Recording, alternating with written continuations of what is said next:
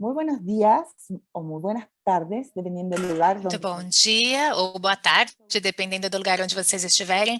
É uma grande alegria estar aqui novamente, como temos feito cada primeira quarta-feira do mês, para falar sobre as políticas sobre equidade de gênero, nesse ciclo de conversas chamada lamentablemente mano a en mano. esta ocasión no Bom, voy a poder mãos à obra, desculpa. Infelizmente, eu não vou poder moderar, como aconteceu nos últimos 5 encontros, durante essa sessão. Então, eu gostaria de apenas dar essa palavra de boas-vindas. Tem sido uma grande alegria contar com a participação de todos vocês durante esses meses. Sabemos que os webinars são formatos muito populares que vieram durante a pandemia. Tem sido de muito sucesso e estamos felizes, então, porque realmente tem sido um ciclo de muito sucesso desde o ponto de vista da participação de vocês e dos temas interessantes que as diferentes pessoas que têm nos acompanhado aí esses 6 meses têm falado.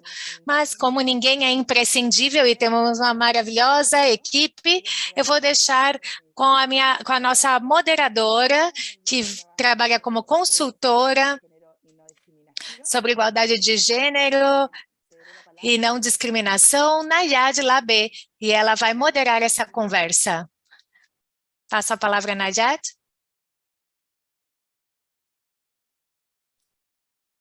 Nós não estamos ouvindo a Nayade.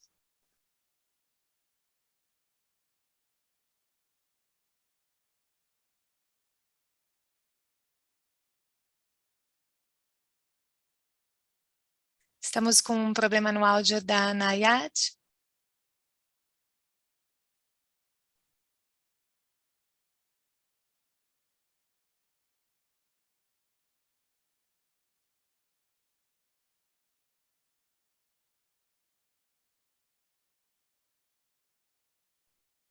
Hola, ahora sí, ya, perdón. En esta ocasión, Bom, agora sim. Bom, nós estamos nos reunindo aqui para refletir e aprender sobre o eixo das funções de auditoria, que é o último eixo sobre a política de igualdade de gênero e não discriminação. E antes de começar com essa palestra, é uma honra representar o controlador-geral da República do Chile e também Jorge Bermúdez, que vai fazer a apresentação dessa última conversa. Senhor Jorge Bermúdez, presidente do Grupo de Trabalho sobre Igualdade de Gênero. Obrigada a todos, é um prazer contar com todos vocês nesse último evento desse ciclo de palestras magistrais e conversas mãos à obra e políticas sobre a igualdade de gênero e não discriminação. Eu quero parabenizar, sinceramente, o grupo de trabalho sobre a não discriminação e igualdade de gênero, que tem sido realizado por essa equipe. Também quero parabenizar a todos que têm colaborado durante esses 6 primeiros quartas-feiras do mês, e a colaboração que temos por GIS, que é a Confederação Alemã, que tem o compromisso a nos levar, a nos ajudar e levar à frente esse tipo de iniciativas. Bom, esse tema, com certeza, é um tema real, e que não é só uma declaração, mas a nossa política de igualdade de gênero e não discriminação é uma realidade que é levada à prática e é algo exigido por todos nós. Esse tipo de conversa está dentro dessa política e dessa decisão de poder tratar o tema de gênero como algo que é matéria da gestão das nossas organizações. E esse ciclo de conversas iniciou começando com cada um desses eixos da política de igualdade e não discriminação. O primeiro eixo era a cultura ética, que deve existir no interior das nossas organizações para entender a melhor forma que incentiva e faz com que essas práticas sejam efetivas, promovendo a igualdade e equidade desde esse enfoque da perspectiva de gênero. Depois tivemos uma outra conversa que começou com essa conversa magistral também relacionada à inclusão. E ali vimos a importância de contar com instituições como as nossas, que surgem porque cada uma das pessoas, independentemente da sua atuação, do seu gênero, eles podem ser integrados e se desenvolver plenamente nas nossas organizações. Depois tivemos um tema muito importante e que às vezes nos surpreende, e isso significa que ainda podemos reagir, que é o terceiro eixo, que é as situações de abuso sexual e moral no ambiente laboral. Então, essa é a pior face da discriminação e que muitas vezes impacta justamente tudo isso, e que aqui nós queremos trazer transparência e agir, fazer coisas para que justamente isso não volte a acontecer, para prevenir tudo isso. E a quarta conversa foi sobre as culturas organizacionais. Cada uma dessas organizações tem políticas internas de perspectiva de gênero, fizemos campanhas de sensibilização para que a igualdade de gênero e a não discriminação fosse uma realidade e que a inclusão fosse realmente produzida. E as conversas seguintes era sobre a gestão de pessoas, que foi principalmente sobre o fato de que muitas vezes a gente diz, a mulher tem todas as perspectivas de avançar na sua carreira, mas na realidade isso não acontece. E quando nós vimos isso desde a perspectiva de gênero, assumimos que existem muitas variáveis, muitos elementos que ainda estão nas nossas culturas organizacionais e que traz isso de forma incerta com relação às mulheres e às pessoas com outro tipo de orientação sexual, o que faz com que a vida pessoal, familiar e laboral seja muito difícil de se conciliar. E isso nos leva, a, como já falamos, ao fato de não avançar. Então, hoje temos a última conversa, que é o sexto eixo, onde vamos falar sobre as relações da função de auditoria, e que, evidentemente, é o mais difícil, e a aproximação de gênero. E esse eixo, o que ele faz é promover que as diferentes entidades fiscalizadoras apliquem uma perspectiva de gênero não só no interior das suas organizações, com os seus próprios funcionários, mas também no trabalho que realiza. Então, dessa forma, podemos incorporar a perspectiva de gênero para ter essas auditorias mais modernas e que até agora a gente até tinha deixado de lado. E esse tipo de decisão, de sensibilização, é o que nos permite levar à frente essa política de igualdade de gênero, para que ela seja uma realidade na região. Na região da América Latina e Caribe. E essas atividades são parte da nossa política e está dentro do nosso plano de trabalho e está dentro dessa decisão. E o tema que a igualdade de gênero e a discriminação são temas relevantes e que nós precisamos assumir para que as nossas organizações sejam melhores. Então, eu espero, sinceramente, que esse ciclo de conversas tenha sido do agrado de vocês. Existe toda uma equipe por trás disso, para que isso aconteça, muitos profissionais dedicados e pessoas que se movem para poder trazer esses palestrantes, feedbacks que recebemos para saber o que tem sido bom, outros que não, enfim, tudo que a gente pode fazer para melhorar. Então, quero agradecer muitíssimo a todos vocês que puderam estar aqui conosco, sustentando esse ciclo de conversas sobre a igualdade de gênero e não discriminação. É uma grande iniciativa e que, ao menos nessa região da ACES, esse é um tema muito importante, relevante e o qual todos nós temos nos responsabilizado. Então, agradeço sinceramente a cada um e devolvo a palavra para a nossa moderadora, para que ela possa continuar. Muito obrigada. Obrigada. Bom, depois dessa breve introdução, eu quero apresentar os nossos palestrantes aqui hoje. E antes de começar, eu quero dizer que temos um palestrante que fala português. Então, para poder ajudar no entendimento desse webinar, nós temos tradução de espanhol e português. Então, vocês podem selecionar aí, nesse globinho, o idioma que vocês preferem escutar o webinar, tá bom? Bom, então vamos começar. Por um lado, temos a nossa palestrante, a senhora Petra Schirhofer. Espero ter pronunciado bem seu sobrenome. Gerente sênior da Unidade de Apoio Estratégico e Ponto Focal de Gênero na iniciativa da ID e Intosai. Encarregada da integração, desde a perspectiva de gênero e todo o trabalho da ID, começando pela estratégia de igualdade de gênero e a política de igualdade de gênero da ID. Ela tem um mestrado em ciências políticas na Universidade de Viena e um mestrado em economia política internacional da Universidade de Kent. E atualmente trabalha como gerente regional da ID. Muito obrigada. Muito bom dia a todos e todas. Obrigada por esse convite. É um grande prazer para mim estar com vocês hoje nessa última edição das Conversas Magistrais.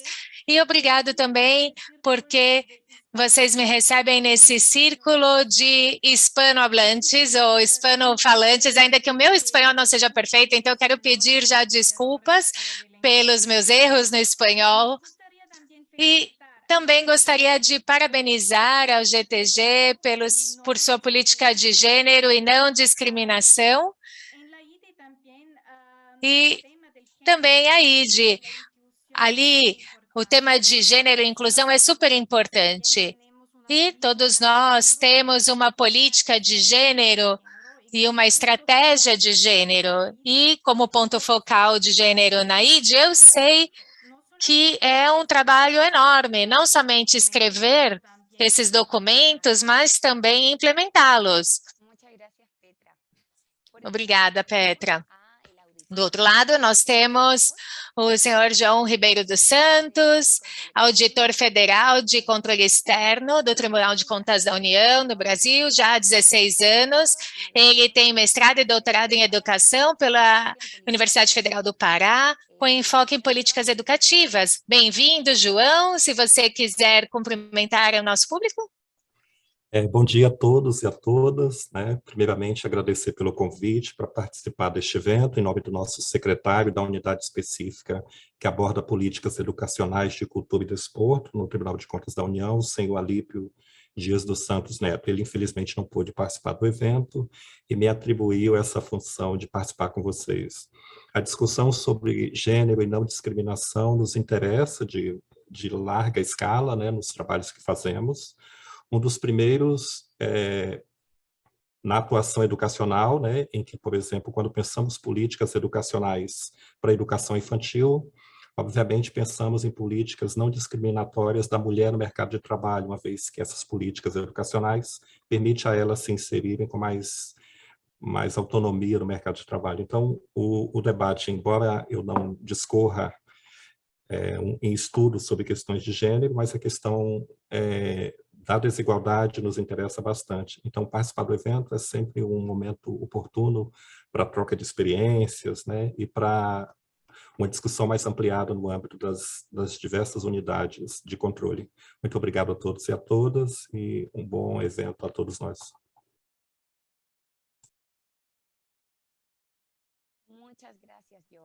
Muito obrigado, João. E antes de começar com essa conversa, eu quero convidá-los a visitar www.mente.com. Aí na tela vocês podem ver, vocês podem escanear o QR Code ou ir diretamente na página e colocar o código 61768789. E vão responder essa primeira pergunta. Qual é o objetivo principal das auditorias coordenadas? Eu vou repetir aqui, tá? Então, vocês podem entrar em www.mente.com, entrar com o código 61768789 Ou então escanear o QR Code e responder qual é o objetivo principal da auditoria controlada. Bom, agora nós vamos começar com essa conversa e eu gostaria de começar com uma pergunta para a Petra. Nós já temos claro que a ID é uma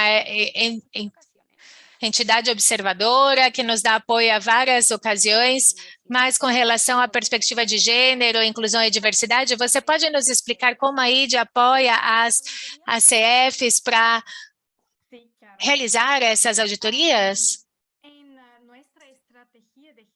Ou LACEFs, perdão. Na nossa estratégia de gênero na ID, temos duas prioridades estratégicas, e uma delas é apoiar as organizações que estão sensíveis ao tema de gêneros, como instituições, e que elas também realizem auditorias que favoreçam a igualdade de gênero. Na ID, nós queremos apoiar as instituições y de la inclusión en las auditorías. Tema da igualdade de gênero e da inclusão nas auditorias como enfoque ou como algo transversal. Fazer auditorias financeiras, de compliance ou de performance. Apoiamos também as organizações através das auditorias coordenadas ou, no nosso caso, comparativas. E eu gostaria de dar a vocês dois exemplos concretos do nosso apoio para as auditorias dos Objetivos de Desenvolvimento Sustentável, as ODS, e esses dois exemplos são de auditorias coordenadas ou comparativas. E me permitam começar com um exemplo que vocês conhecem já muito bem, porque foi mencionado na sua política, mas também é importante para nós todos na ID, que é o exemplo das auditorias sobre a preparação dos governos nacionais em implementar as ODSs. E que ninguém fique para trás nesse princípio central, porque isso implica também perguntar sobre a equidade e as considerações de equidade. Em 2006, nós começamos a apoiar a ACT em diferentes partes do mundo para realizar auditorias de desempenho vinculados às ODSs.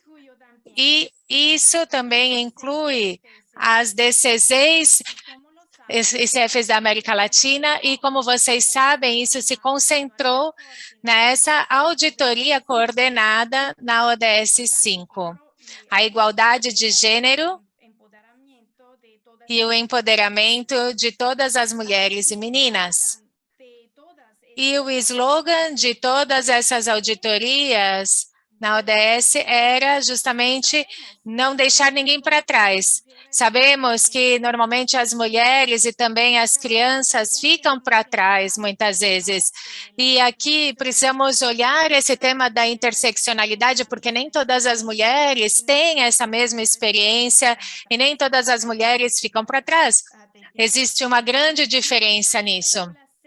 No caso dessa Onda 6, a ID apoiou as organizações para efetuar essas auditorias sobre a ODS 5 e, nesse momento, continuaremos também trabalhando com a região para que essas auditorias e essas iniciativas possam facilitar o impacto da auditoria. E, desde então, com essa experiência, e agora tem um outro exemplo, na ID, nós seguimos adiante apoiando as auditorias de implementação das ODSs e, por isso, nós desenvolvemos um modelo de auditoria da ODS da ID, e que é um manual, um guia prático destinado a apoiar as organizações na realização das auditorias de implementação das ODSs. E um dos 5 princípios que eles utilizam são justamente ser inclusivos. Isso significa que no desenho desse documento, nós tentamos integrar as considerações com relação a gênero e inclusão. Na ISA também incluímos uma ilustração que tem a ver com a meta do ODS 5 e que se refere também à eliminação da violência contra a mulher. E na base disso, apoiamos as 55 organizações nessa implementação das diferentes ODSs. E uma delas foi um piloto sobre a auditoria da ODS 5.2, mas também 2 auditorias comparativas ou coordenadas da ODS 12.7, sobre as compras públicas sustentáveis na região da ODS, da onda 6, e na auditoria de saúde pública fortes e resilientes, vinculada à ODS 3.5. Então, eu vou parar agora e quero dizer que vocês têm dado esse apoio à auditoria de implementação da ODS 5, onde participaram de 18 OLACEFs. Foi uma auditoria de muito sucesso. E quero passar, então, agora a apresentar os resultados, antes de passar para o João. Os resultados do Mente estão aqui.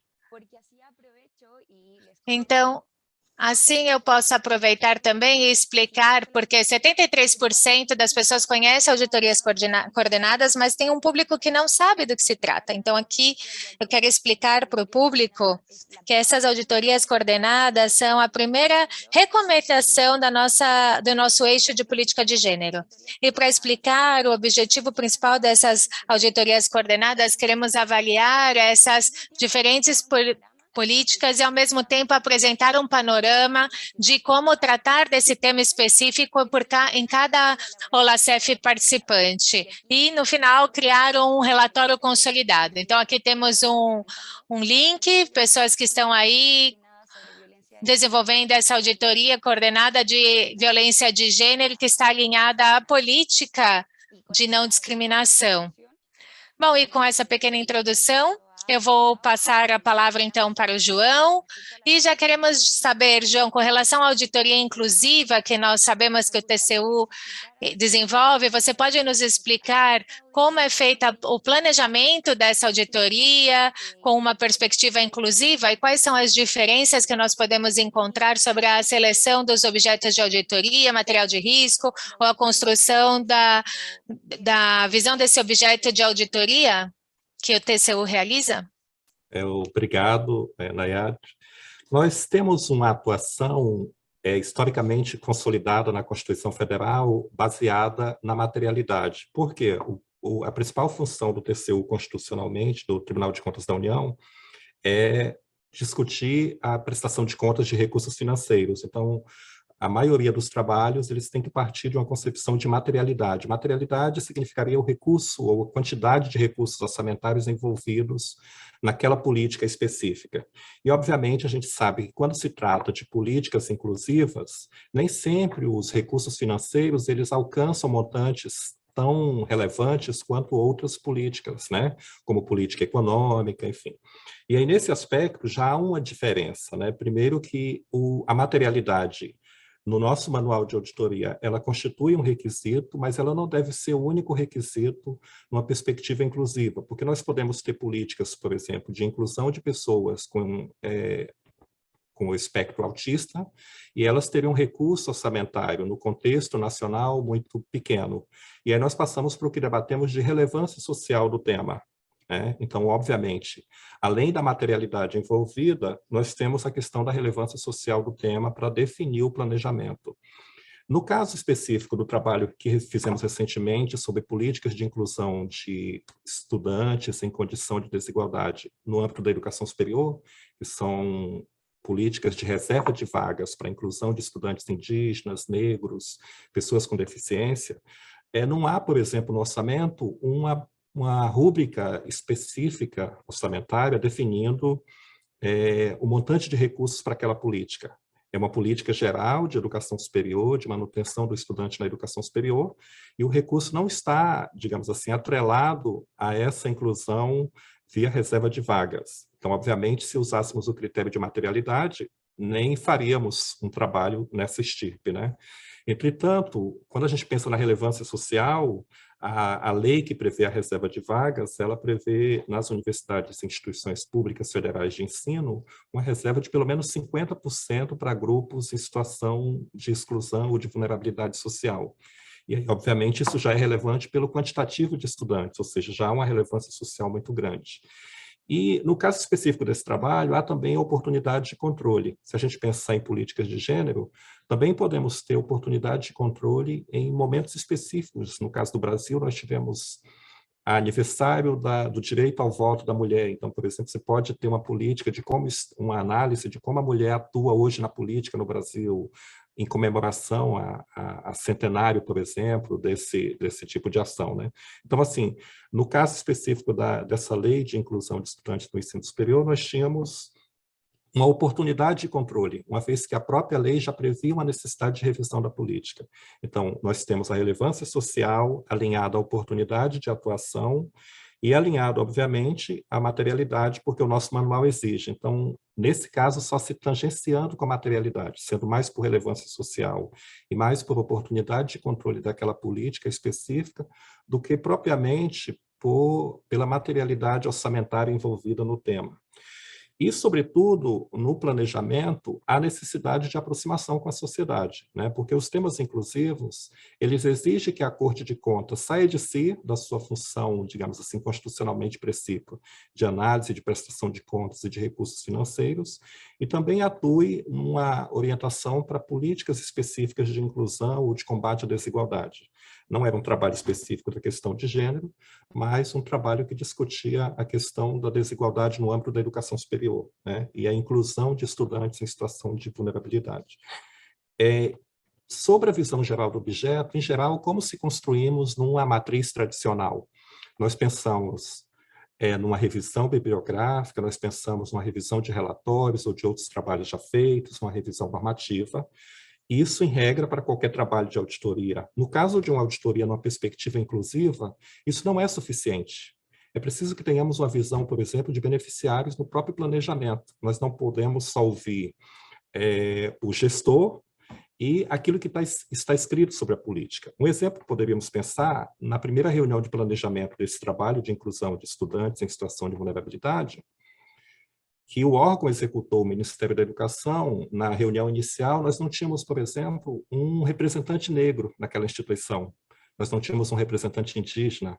Então, se eu fico construindo a visão geral do objeto a partir apenas dessa perspectiva do executor da política, eu limito a concepção da análise do beneficiário que efetivamente vai ser atingido por essa política pública. E aí nós vimos a necessidade, no próprio trabalho, por exemplo, de incluir um segundo momento do debate, em que, embora não pudéssemos ouvir um grande número de beneficiários, pela questão do formato do trabalho e do tempo destinado, nós poderíamos ouvir representações. E é muito importante, por exemplo, para um estudante negro, ver uma pesquisadora negra do movimento social falando sobre as demandas, o processo histórico de racismo. Isso é diferente de ouvir, por exemplo, um gestor do Ministério Executor da Política Pública sobre aquela ação.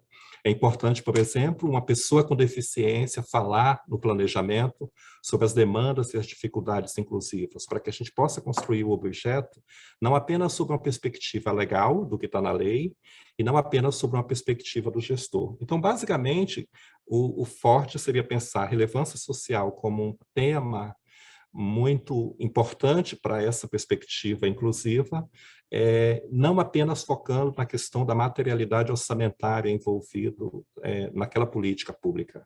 Está bem? Eu retorno a você, então. Obrigado. Muchas gracias, João. Muito obrigada, João. Muito interessante, né, esse tipo de análise, incluir a perspectiva dos beneficiários nessas auditorias, porque esses são temas que são sensíveis e simples, mas o sentir dessas pessoas é muito importante.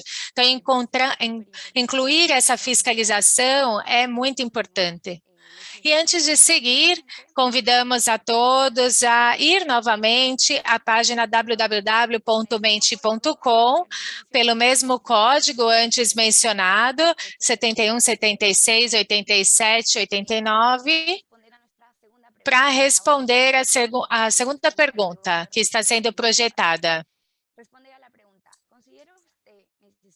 Você considera necessário que as EPS auditem programas destinados a mulheres, a pessoas de biodiversidade, discapacidade, com deficiência, indígenas, etc.? Então, vamos ver esses resultados logo mais, tá bom? Vamos passar agora novamente para a Petra. Petra, nós gostaríamos muito de saber qual é a experiência de outros países com relação a esses temas de auditoria de gênero. Nós temos conhecimento de que estamos fazendo essa auditoria da ODS 5.2 na Uganda. Você pode falar um pouco como tem sido essa experiência?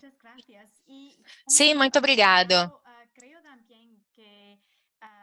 Eu acredito que para incluir o gênero, nós precisamos integrar o tema no planejamento, na realização das auditorias, na apresentação de relatórios e acompanhamento da auditoria e também na facilitação do impacto da auditoria. Então, com relação à pergunta, a auditoria da ODS 5.2 na Uganda é um piloto baseado no nosso modelo de auditoria da ODS e começamos com o apoio dessa auditoria no contexto da pandemia e, infelizmente, devido ao Covid, a violência de gênero disparou e esse tema obteve muita relevância. Estamos convencidos e convencidas de que as OLACEFs têm um papel muito importante. Podem, por exemplo, avaliar os marcos governamentais, os esforços e o financiamento vinculado à violência intrafamiliar ou de gênero em geral.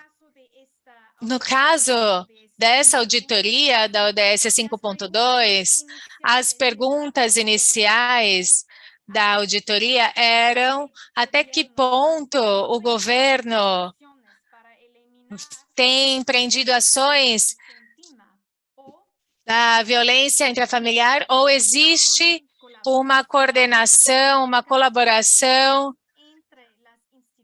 eficaz entre as instituições e as entidades governamentais nos diferentes níveis para alcançar o objetivo dessa eliminação. Então, é importante mencionar também que não foi a primeira auditoria relacionada a gênero na Uganda, mas, como sempre, a fase de sensibilização e a participação das partes interessadas é muito importante. E por quê?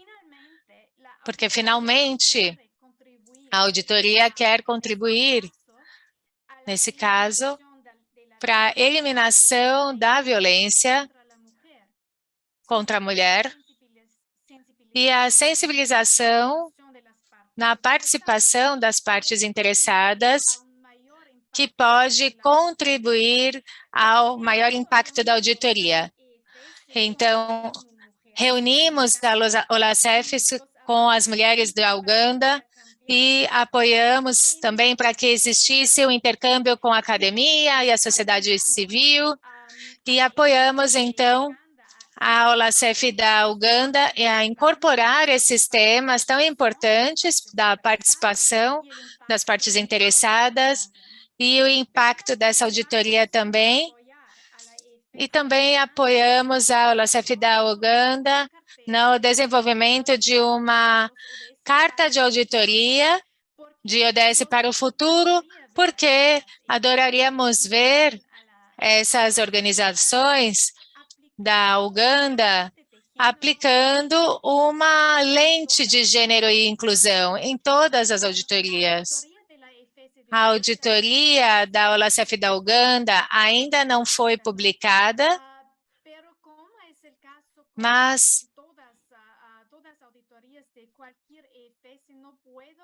todas essas auditorias, eu não posso compartilhar tanta informação desse resultado de auditoria antes de ser publicado. Eu vivi na Uganda por 2 anos e eu vi os desafios da violência contra a mulher ali e contra as meninas, e eu adoraria ver o impacto dessa auditoria que nós realizamos e apoiamos. Obrigada, Petra.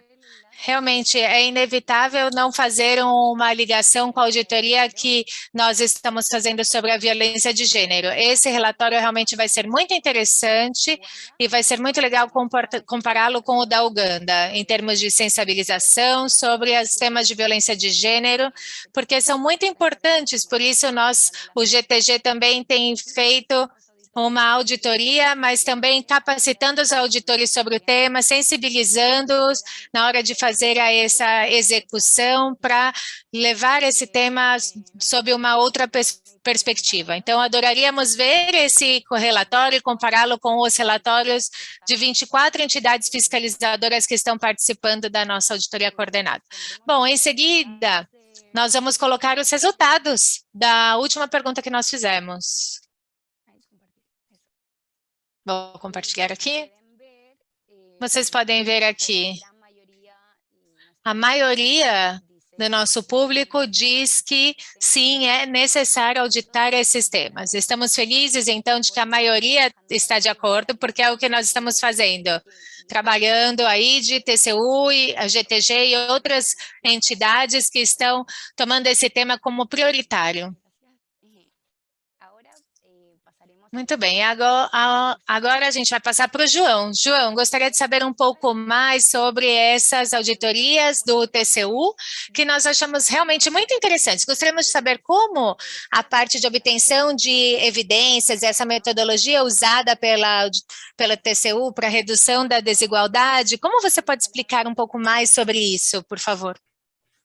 Obrigado. Retornando novamente, nós, aproveitando a resposta à segunda questão do Mente, o nosso trabalho, por exemplo, de inclusão no ensino superior envolvia a inclusão racial, aspectos de inclusão de estudantes negros, estudantes indígenas, pessoas com deficiência e pessoas de baixa renda. São 3 critérios maiores, além, é claro, de estudantes de escola pública, que é, digamos assim, o primeiro norte da lei de reserva de vagas.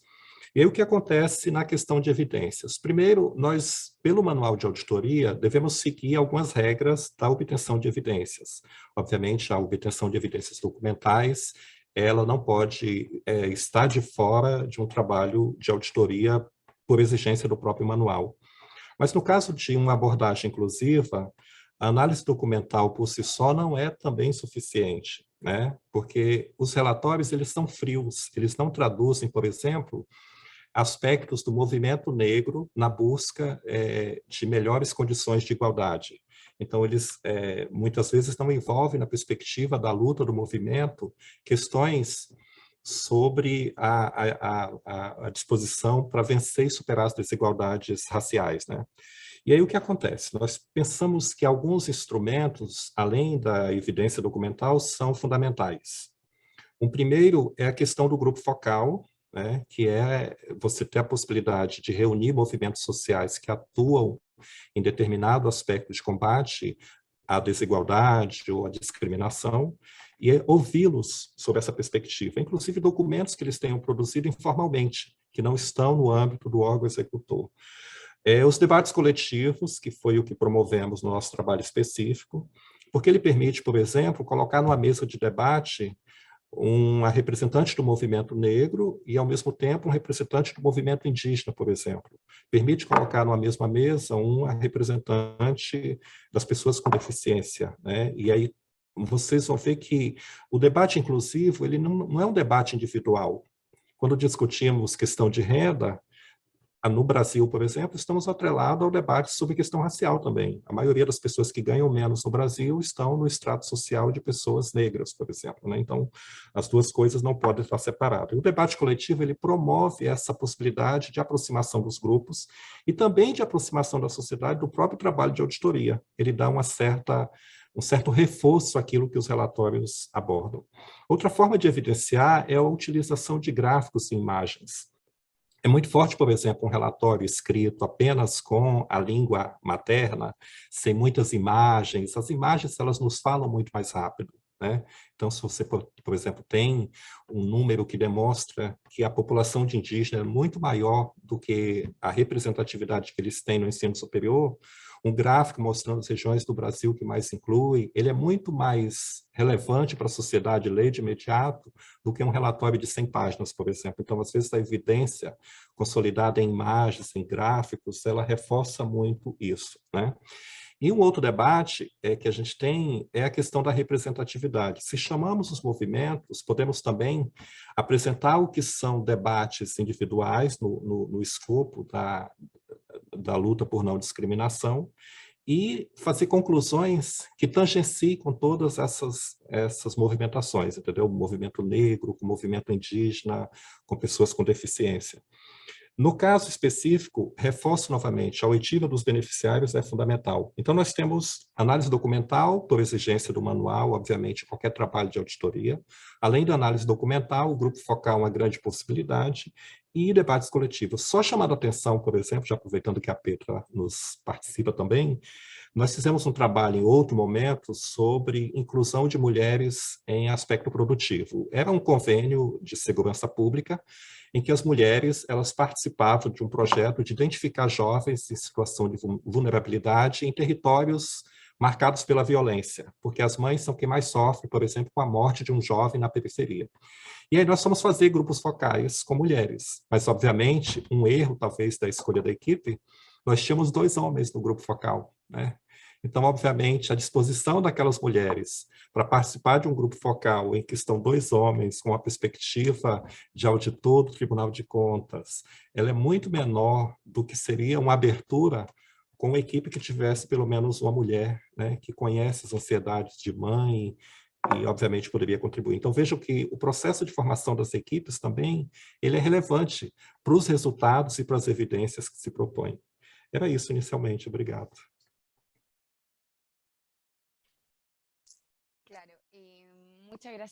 É verdade. Obrigada, João. Muito importante que haja essa visão de interseccionalidade, porque realmente existem fatores sociais que se sobrepõem, como a Petra falou, essa visão da interseccionalidade nas auditorias e no nosso trabalho como fiscalizadores é muito importante para considerar a realidade da cidadania, né? Porque a cidadania é diversa, tem diferentes características e que precisamos considerá-las. Por último, convidamos então novamente a que vocês vão para o Menti para a última pergunta, que é sobre o que vocês querem saber sobre temas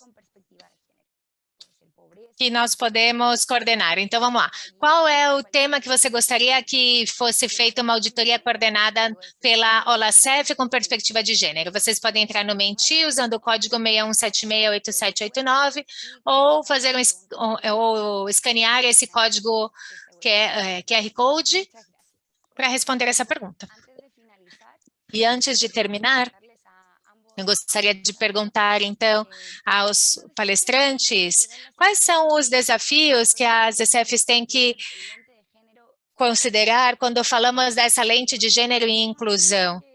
E aqui estamos falando não somente no fato de que elas possam trabalhar nos temas de gênero, mas também no processo de auditoria, que também envolve a perspectiva de gênero. Quem quer começar respondendo essa pergunta?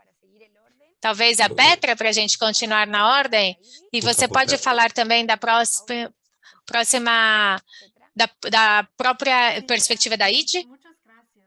Sim, obrigada. Eu vou compartilhar com vocês alguns desafios que nós acreditamos ser e que as OCEFs têm que considerar se querem integrar com sucesso as perspectivas de gênero ou inclusão nas suas auditorias. Primeiro, elas precisam transversalizar o tema de gênero e inclusão na sua própria instituição, na sua governança, nas suas estratégias, nos seus planos operacionais, nos recursos humanos.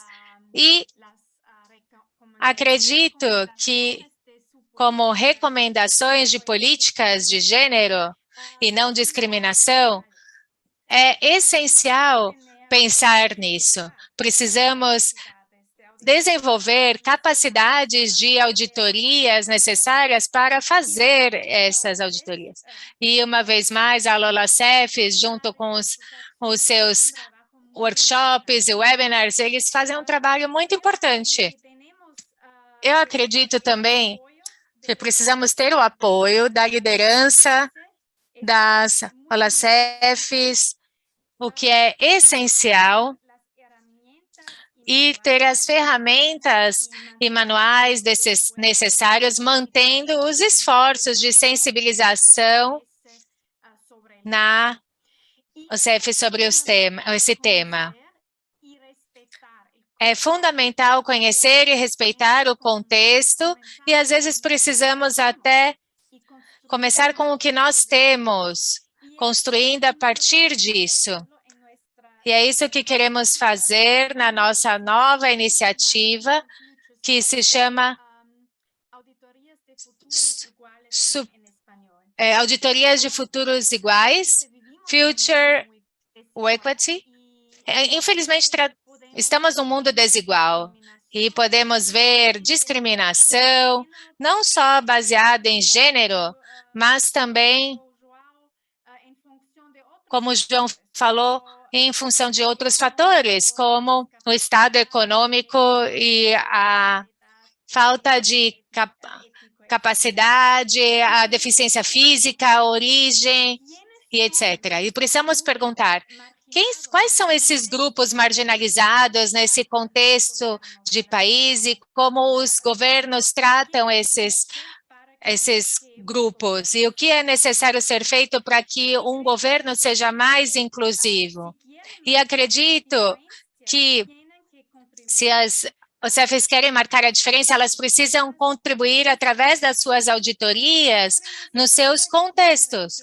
Então, essa iniciativa quer que essas próprias OCEFs possam escolher o tema e o tipo de auditoria de acordo com o seu contexto. E dependendo do contexto, os temas dessas auditorias podem ser muito diferentes. Nesse momento, estamos trabalhando para elaborar uma estratégia para essas auditorias de grupos de iguais, através dessa iniciativa para sensibilizar e promover este tema. Realizar auditorias de desempenho e cumprimento dessas prioridades em áreas de inclusão, como de gênero, deficiência física e origem, estabelecer redes de estabelecimento e empoderamento, e com os auditores participantes, selecionando também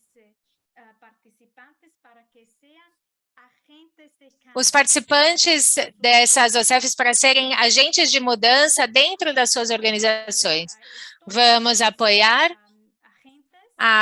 esses agentes para desenvolver estratégias de mudança, carteiras de auditoria, sendo inovadores para realizar essas auditorias. E nós gostaríamos de começar com um grupo, incluindo os das OLACEFs. Queremos até que essas OCEFs também estejam interessadas de participar dessa iniciativa que nós vamos lançar no Rio de Janeiro. E todos serão muito bem-vindos para o lançamento no Brasil. Obrigado. Obrigado. Bom, antes de comentar e passar para eu vou pedir já para o João dar uma opinião sobre esses desafios. Eu corroboro com muitas falas da Petra, o primeiro deles em relação aos desafios, né, de atuação ou interesses plurais das cortes de contas, né, das entidades fiscalizadoras. Obviamente que contextos diferentes demandam ações de fiscalizações diferentes. E fazer uma auditoria, um trabalho coordenado, em que há múltiplos interesses ou múltiplas assimetrias sociais entre as cortes, entre as instituições, é já um primeiro grande desafio. Outra questão normativa, né? Cada instituição fiscalizadora ela tem instrumentos próprios, normativos, de condução dos seus processos de fiscalização. E isso demandaria um certo ajuste no âmbito de uma auditoria coordenada.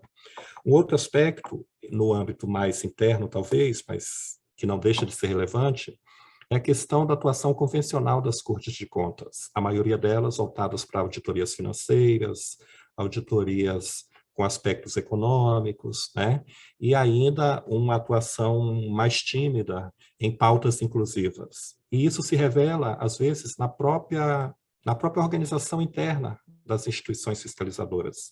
Por exemplo, às vezes você compõe uma equipe para discutir igualdade racial sem um integrante negro, por exemplo, ou você compõe uma equipe para discutir uma pauta voltada à questão de gênero e as demandas, por exemplo, políticas de combate à violência contra a mulher, e você não ter na equipe uma mulher, né, que muitas vezes tem a sensibilidade de também perceber aspectos, ou até de coletar mais evidências com tranquilidade. Então, nós temos um aspecto interno, que a própria sociedade, muitas vezes, desconhece essa atuação numa pauta mais inclusiva, e nós vivemos isso no nosso trabalho sobre inclusão de estudantes no ensino superior.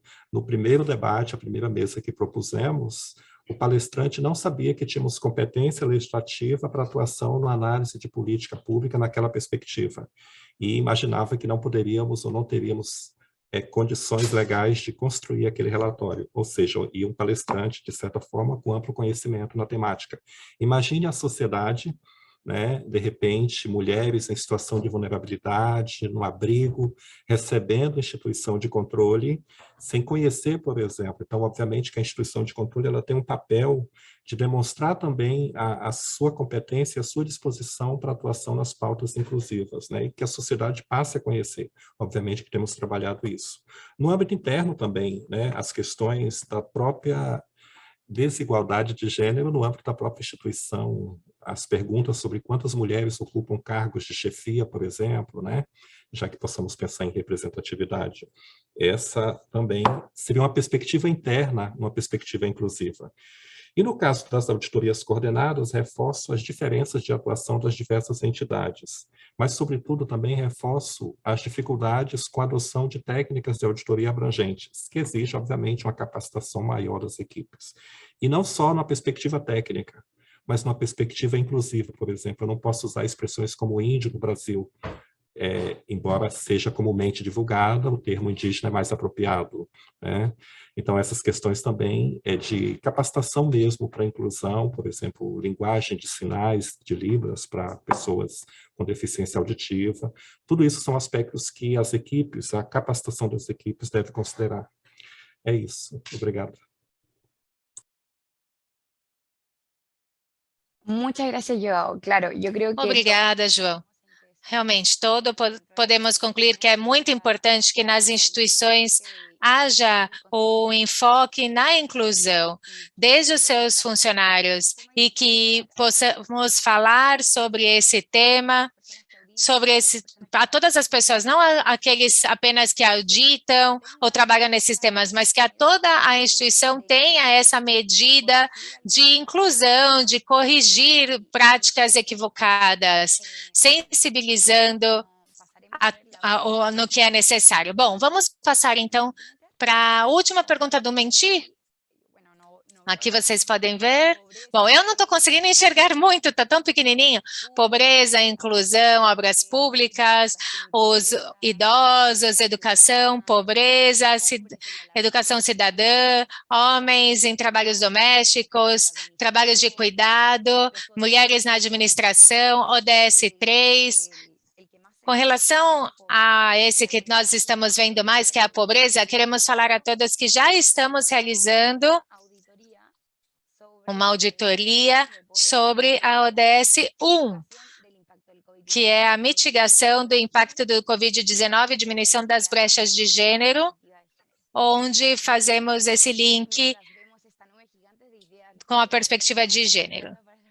Então, vamos considerar tudo isso para as próximas auditorias. Queremos já finalizar o webinar aí dentro do tempo, agradecendo a todo o público que nos acompanha em primeira quarta-feira, desde maio até agora, outubro. Nesse ciclo de conversas magistrais, mãos à obra, queremos agradecer os nossos pontos focais do GTG, que tem ali temos recebido mensagens das pessoas que estão ali assistindo, por exemplo, no Paraguai, na sala, vendo o webinar todos juntos.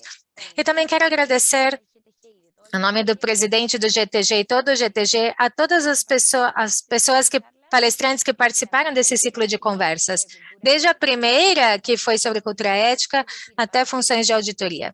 Passando pelas palestrantes Tamara, Marco, Dr. Weber, Maria José, Verônica, Cláudia, Lilian, Daniela, doutora Paola, Juliana, Graziela, Paranelli, Loreto, Christopher, Gabriela, Petra e João. Então, é um colagem aqui de todas as experiências que nós tivemos com essas conversas magistrais. Queremos dizer que tem sido uma honra e um prazer participar com todos vocês, palestrantes, e com o nosso público que tem nos acompanhado, sendo muito interativos no Menti, respondendo as perguntas. E com isso, finalizamos aqui. Obrigada a todos e convidamos a todos e todas a que se mantenham informados e informadas sobre as novidades do Grupo de Gênero e Não Discriminação em olacef.com/GTG. Vocês logo vão ter notícias da gente. Já convidamos a todos para o próximo evento, dia 25 de novembro, em comemoração do Dia Internacional da Eliminação da Violência contra a Mulher, onde nós teremos uma surpresa. E também onde vamos tratar o tema da violência na linguagem. Esperamos que vocês não percam e até a próxima. Muito obrigada a todos, todo o nosso público, todos os nossos palestrantes. Obrigada. Obrigado. E dejamos de gravar, Gustavo.